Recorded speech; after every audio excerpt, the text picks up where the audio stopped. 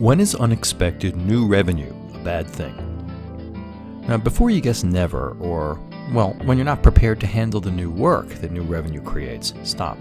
This story is going in a whole different direction than you think. Those things could be it, by the way. But this discussion of new revenue focuses on unexpected events. What happens when circumstances force you to ask old clients for new money?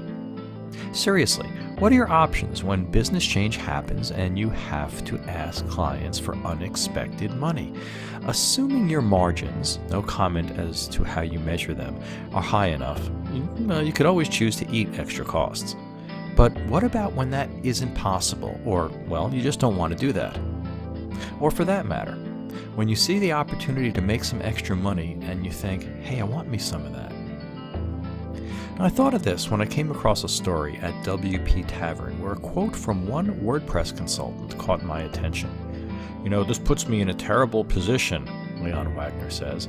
I have 10 client sites on Canvas. They look beautiful and the clients are happy. So these are done deals. I've been paid and I do occasional maintenance. Now you're telling me I have to go back to each of them and explain that because you're discontinuing this theme, my clients will have to pay me thousands of dollars to port their sites with no obvious improvements to new themes. I'm pretty sure I'm just going to lose most of those clients.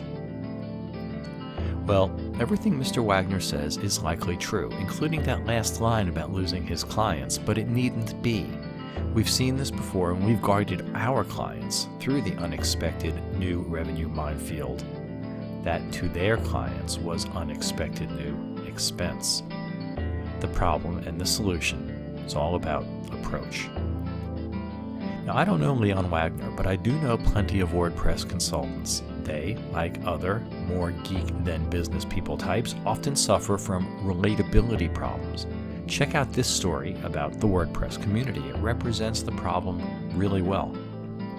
I've been outspoken about my concerns for the way WordPress Parent Automatic manages it, and I genuinely believe that there are reality distortion fields making the problem worse, but they aren't universal. Some very successful WordPress community stalwarts get it. Often, though, it's too easy to get caught up in what you know and ignore the real business change issues you face. Well, the solution here is wrapped up in humility and empathy. Geeks are often less vested in those traits than others, but there's a lesson here for us all. One long-term geek client here faced this issue a while back. The software he'd been putting all his clients into had a large upgrade that created a problem, very much like the one that this article at WP Tavern talks about. There was virtually no choice for his clients. They needed to upgrade, and it was going to be expensive, and it was likely they were going to blame him.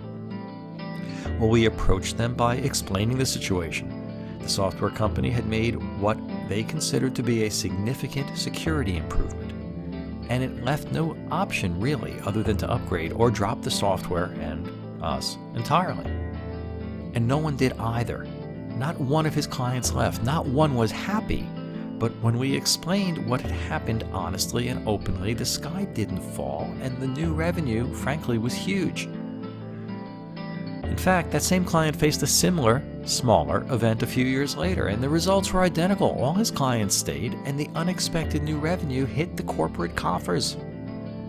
Yes, you can mess up unexpected new revenue events, and yes, clients will usually complain about unexpected charges.